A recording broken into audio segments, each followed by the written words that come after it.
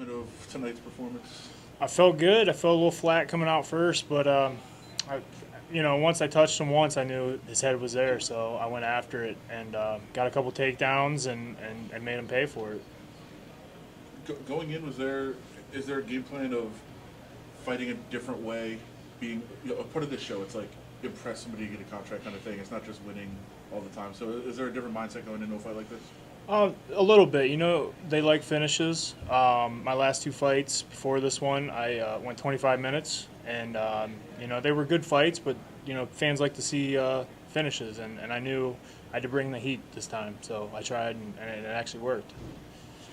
Talk about that uppercut that you finished him with. I don't know if you broke his nose and you got it. Is that a shot that you're well known for? Is that something that just sort of set it up? It happened so quickly that it surprised me at first how devastating that it was. So me and my coaches, my striking coaches, have been working on that, especially off the fence, because a lot of heavyweights like to push people against the fence. So I turned them, shoulder bump, and then threw the uppercut. And we've been working on it for a couple weeks now, and I just knew in my head that it was going to land. Do you still train out a strong style? Yes. So you work with Stipe? Yep. What's that like on a day-to-day basis? It's fun, but it's very grueling to do what he does, and then you try to mimic him. So, but he's still the best in the world in my opinion, and I'm trying to catch up with him. And he's been great way for me to get better in the sport. So I appreciate him very much. Did he reach out after this fight? I don't know. I don't even look at my phone yet. Did he give you any advice before you came out here? Yeah, he just said, fight your fight, Don't worry about the cameras, don't worry about anything else. It's just you and him, and go in there and knock him out, That's what we like. We like finishes. What happened there?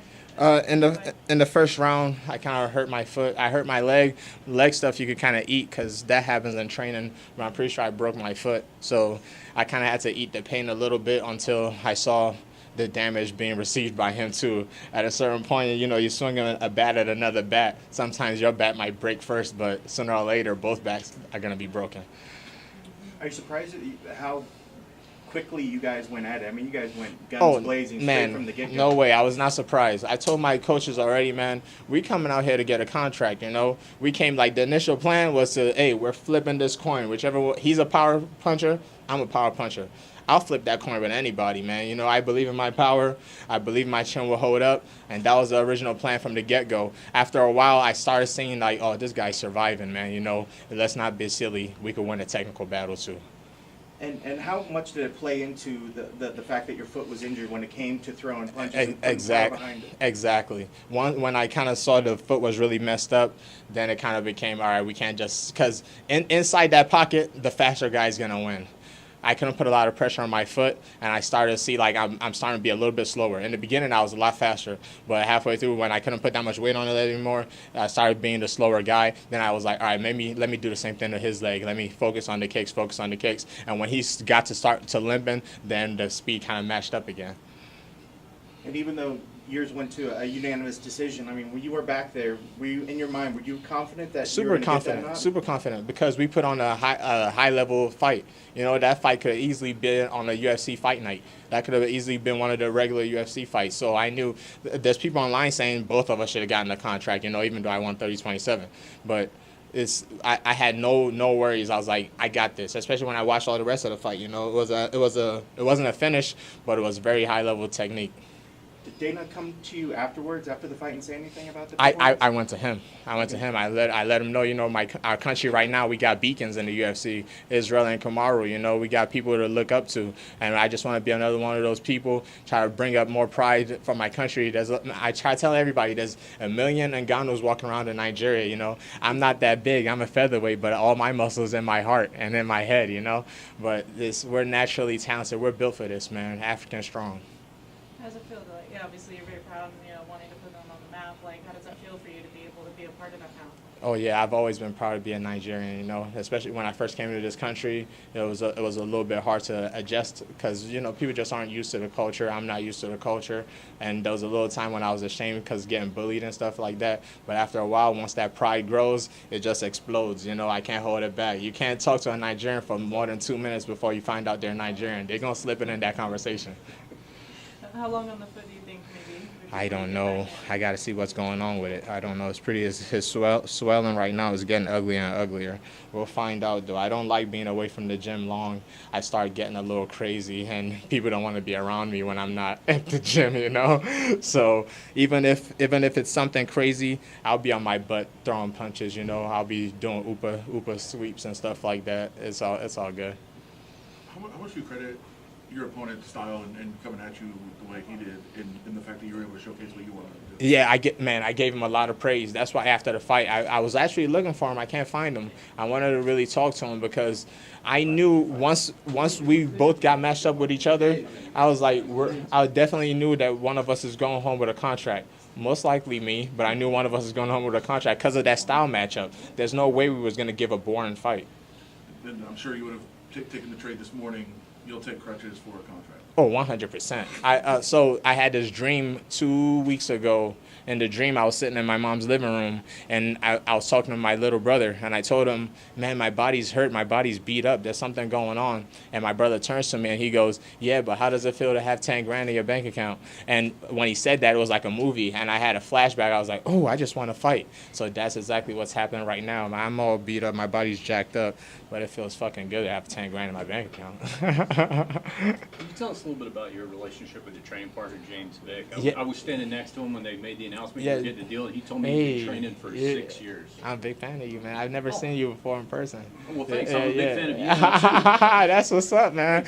Yeah, you guys give Vic a lot of advice. You and Frank. Yeah, that's what's up, man. Hey, that's a little fan of movement. All right, me and Vic go way back. Vic knew me before I was throwing jabs, you know, and I've always looked up to Vic because I've been around him from when his skills level was like right here, so all the way to where he's at. And the biggest thing I picked up from Vic is just his mentality. Vic has done a lot of things that people don't expect him to do, a lot of things that people don't believe he can do, but that's only because he has a stronger mind than most people. And that's one of the biggest things I take away from Vic. I've always been a hard worker, but when I met Vic and when I hung out with him, I started seeing how people think, how winners think, you know, and that's the biggest thing I take away from him. Congratulations on the win. I know you eventually got the contract, but you're also the last guy sitting in this room waiting to hear that the word be called. But what happened? What did you feel when you finally heard your name called? And I was holding my breath. Everyone got cold, and I was sitting. I was like, surely I've done enough. Surely. And when they called me, I was nearly bursting in tears. Did you come all the way out from Australia? Yeah, we flew out on Monday, and we've been here. We've just been plugging away since Monday. I saw Daniel Kelly mention you, UFC fighter. I mentioned you on Twitter, social media. Do you train with him at his gym? Yeah, I train with Dan about 3 times a week, and I've looked up to him forever, for the last however long I've been training with him. He's been one of my inspirations for a long time. What kind of advice does he give you as a fighter that's done it before and obviously an Olympian as well? He normally just hits me in the head a lot. Nah, he just, I don't know, just more or less gives you the mental push, and he's just a good training partner and a good man. Do you also hope to still be fighting at like 50 like he is? Absolutely not. I've got a good 10 years and then I'm out. Do you kind of have a timeline like in your mind about how you want your career to play out and anything like that? Mate, I just I take it as it comes. The day I stop loving to do it is the day I'll stop. I love this stuff. I love this shit, man. It's incredible. The stoppage, it was a proper stoppage. I mean, it was legitimate. But would you like to have that like last shot in? Could you imagine if that heat kick had landed? No, I think the ref stopped it at the right time. That heat kick was coming straight for his jaw, and I sort of pulled it at the last second when the ref jumped in. So, you know, we don't want to see guys get hurt. I'd hate to give him brain damage. So, I think they stopped it at the right time. So what's the best case scenario for next? You go back, you rest for a little bit. How soon are you trying to get in there? I want Adelaide. I want Adelaide on December 2nd. Whoever. How long have you been thinking about that date? Since they announced it. I get this out the way first, and then punch on in Adelaide. Did it add a little extra pressure since you know you had a timeline that you had to come out and perform? There was going to be pressure here either way. So, the only pressure on me is the pressure I put on myself.